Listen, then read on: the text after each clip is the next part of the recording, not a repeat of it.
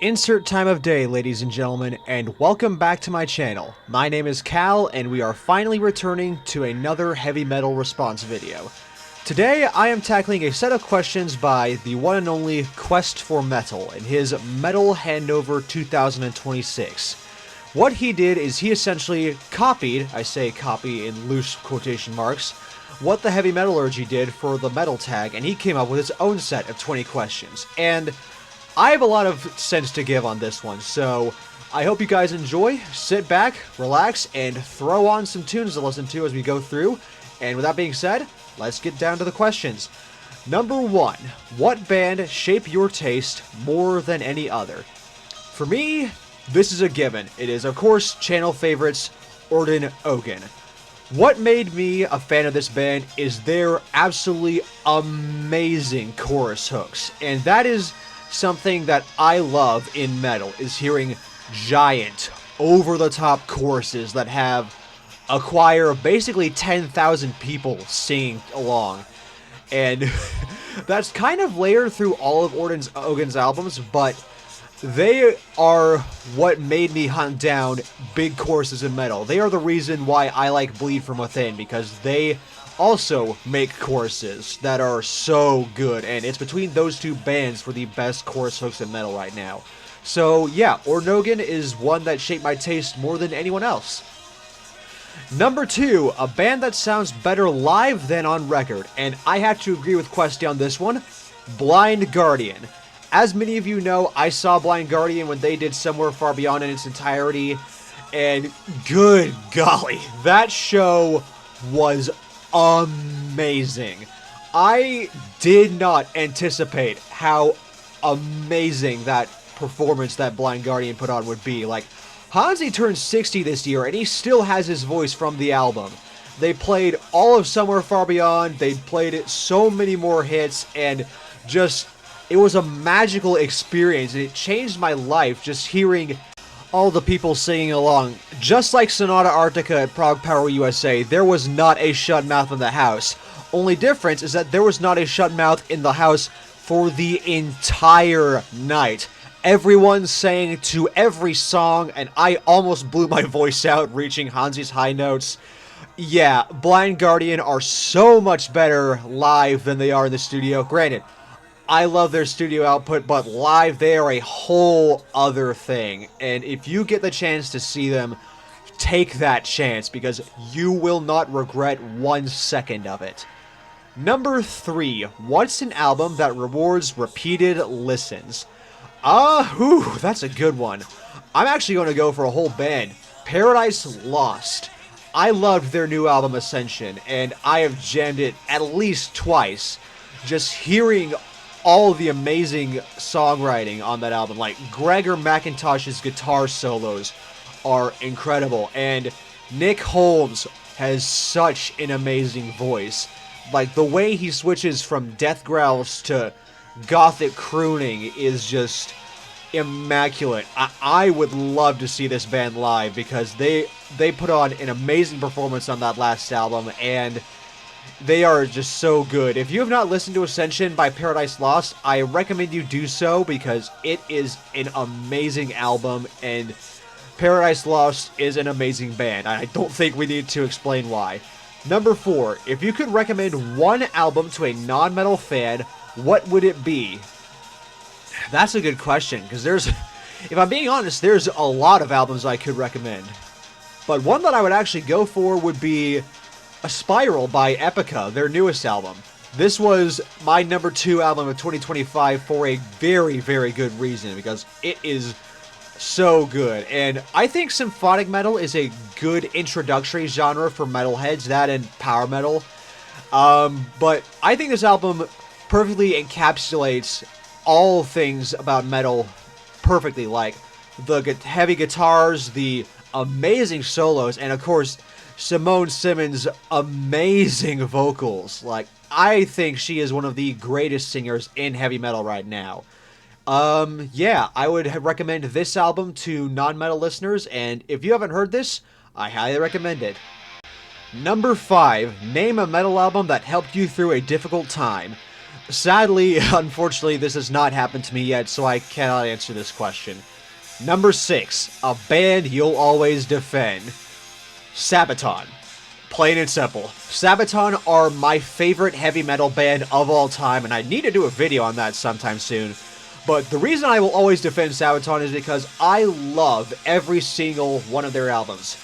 Yes, even the new one, which I know people have very mixed opinions about. People always complain that Sabaton just recycles the same old formula over and over again on all their albums, and I need to ask, have you heard of AC/DC? They do the exact same thing. There are so many bands who do that, but Sabaton, I don't care what any of you say, I still love them, and I will always go and see them live whenever they come to Atlanta. Spoiler alert for a future video coming in December of 2026. Number 7, an album where the deep cuts are better than the hits. This one came to me exceptionally easy. Easton Hope by Ordinogan. Now, the big hits on this one, and I say hits because there are two, are the title track Easton Hope and We Are Pirates, the latter of which is a live staple to this day. And while I like both of those songs, this is the album that has Nobody Leaves. This is the album that has Goodbye, Nothing Remains, All These Dark Years, The Black Heart, Requiem. So many good songs on this album, and this is when Ordinogan became the chorus hook band, because the vocal choirs in the choruses throughout this entire album are amazing. They are like Camelot levels of amazing. And this is an album I would definitely say has better deep cuts than the hits. Pretty much every Ordinogan album has that happen to them, but this one most especially. And if you have not listened to this album, listen to it. The hits are great, but the deep cuts are even better. Number 8, I think, yeah, it is 8. A band you'd wish would stop making music. Oh boy. If I can be honest, there is one that comes to mind, and it would be Rage. I like Rage, but you have 29 albums after the last one that came out in 2025. I think maybe you should scale down on your studio time and just do a live run for a little bit. Maybe take a 3-year gap between albums before you get back to work in the studio. Yeah, that's probably one I would go with. Number 9, an album where the production holds back the songs.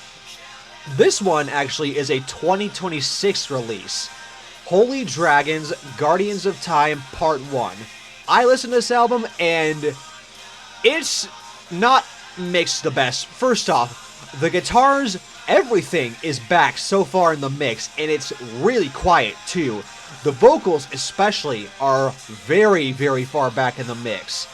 And I like that this band is becoming more and more popular outside of Slovakia, but I think it's Slovakia or it's somewhere, it's Slovakia or somewhere, maybe Czech Republic, I don't remember. I like this band is getting more popular, but this album is not mixed very well. Like, you can barely even hear the guitars during some of the songs, and the vocals get really far out front in the mix at times. Yeah, this is one I think I would go for this question. I know some people were thinking that I was going to pick Breaking the Spawn, but I don't like Suffocation, so there's my answer. Number 10, an album that defines a genre perfectly. Back to Blind Guardian, and it is of course Nightfall on Middle Earth. I don't really think I need to say why on this one, because I spoke at it at length in my Metal Tag response video, but yeah, this one was an easy pick for me. Number 11, an album you respect more than you enjoy. There's a lot of albums that I respect more than I enjoy. Oh gosh, what do I pick? I'm drawing a blank on this one. I might go... I may need to sit and think on this. I'll come back to this question, maybe in another video. Number 12. Name a band where the side project rivals the main. Alter Bridge. I pick Alter Bridge because, in my eyes, they are better. Yes, better than the other members' projects. Now, of course, we have Mark Tremonti, and the other two guys from Creed. I don't remember their last names, I only remember their first names. But we also have Miles Kennedy, and Miles Kennedy, I think many people will agree, is a better singer than Scott Stapp, and they put out an amazing album in 2026, and I'm so proud of these guys. They are on Napalm Records right now. They are going to be touring with Seven Dust, actually, in April. And just that new album was exceptional. If any of the Alter Bridge guys are watching this, you made an amazing album this year. And spoiler alert, it's already on my year-end list. And we're only in March. Oh, boy. Number 13. Best metal band you've discovered by accident. Well, actually, this can go for my Album of the Year band, Bleed From Within. One of my favorite ways of discovering new bands is watching the live streams by Nuclear Blast Records and Century Media Records. How have I gotten so much English wrong in this segment? And Bleed From Within was one of the bands that played, and specifically, the song was Levitate. That chorus made me a fan. I absolutely loved that song. And of course, Zenith, #1 album of 2025. I will be at their Atlanta show on the 2nd of May, and I cannot wait to see them live because they are the best metal band I have discovered by accident, in my eyes. And if you have not listened to them, I highly recommend you check them out because they are amazing. Number 14. If you could erase one album from a band's discography, what would be the album? That is a very good question. Okay. It would probably be Hot Space by Queen. The only good song on that album is Under Pressure, their collaboration with David Bowie. I think they should have just released that song as a single and probably not bothered with the rest of the album, if I'm being honest. Number 15. A band you loved early on, but can't stand. My dad is going to be fuming with me at this one. I do not, at all, I do not like Fleetwood Mac. I used to. Now I disregard them. I just find them to be very boring and very uninteresting. Like, the only time I will defend Fleetwood Mac is when Christine McVie, may she rest in peace, is singing. Other than that, no. No, Rumors is overrated as heck. I do not understand the praise that Stevie Nicks gets. And Lindsey Buckingham is a great guitar player, but they threw him out and they just got rid of that talent way too early. Had he stayed in the band, I may have had more favor with them, but yeah, no, I don't like Fleetwood Mac. Probably will never change, because I used to like them, but now I disregard them. Number 16, a band you hated early on, but now love. I wouldn't say hated, but as many of you know, I'm not into black metal that much. Then I listened to Shadowplay by Drook, and that changed my whole worldview. And as time went on, I got into listening to more and more black metal bands. I discovered this one-man project from Canada called Eleutherium, and they released a pretty good album called... Oh, brother, I don't remember it. Great. It'll be in the subtitles, but... Yeah, black metal is one that I didn't like at first. Then I heard Drook, and that changed everything. So I guess this goes for the whole genre, essentially. Number 17. A popular metal band you can't get into. I'm going to get a lot of crap for this, and if my friend Cora is watching this, I highly apologize to you, but it is Sleep Token. I can't get into Sleep Token. I think the music is alright, but the reason I can't get into them is because of the fans. Like, the fans... If I say even one negative thing about Sleep Token, this is not me saying a negative thing, fans, don't you get that in your heads. I will be executed in the public because they just can't take any criticism, Sleep Token fans. Yeah, that's my pick, and it wasn't that hard for me to choose Sleep Token, but there's probably a lot of other bands that'll come to mind. Actually, there have been. Number 18, a metal band you love for reasons beyond just the music. And... honestly, there's a lot of bands you could like for reasons beyond the music. I mean, you could like Cannibal Corpse because Corpse Grinder is a really awesome dude. You can like the guys from Nile because they're really chill. You could like well, maybe you can like the Foo Fighters because of Dave Grohl being a nice guy, but I don't know how that goes now. But honestly, I would go with Metallica. And there's a specific reason for this. So, spoiler alert for the 4th season of Stranger Things, Joseph Quinn plays a metalhead named Eddie Munson. And in one of the scenes in the season 4 finale, he plays a guitar solo. And no, he plays the song Master of Puppets. And it was an amazing scene in the whole show.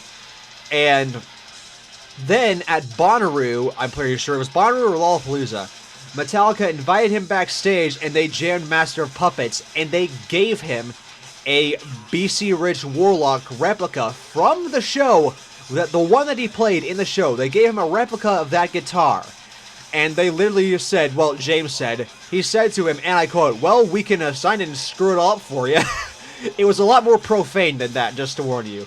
And I just thought that was a wholesome moment to see Metallica gifting him that. And yeah, I would definitely say Metallica for reasons beyond the music, because they just are awesome guys in general, and that moment in July of 2022 elevated that position for me.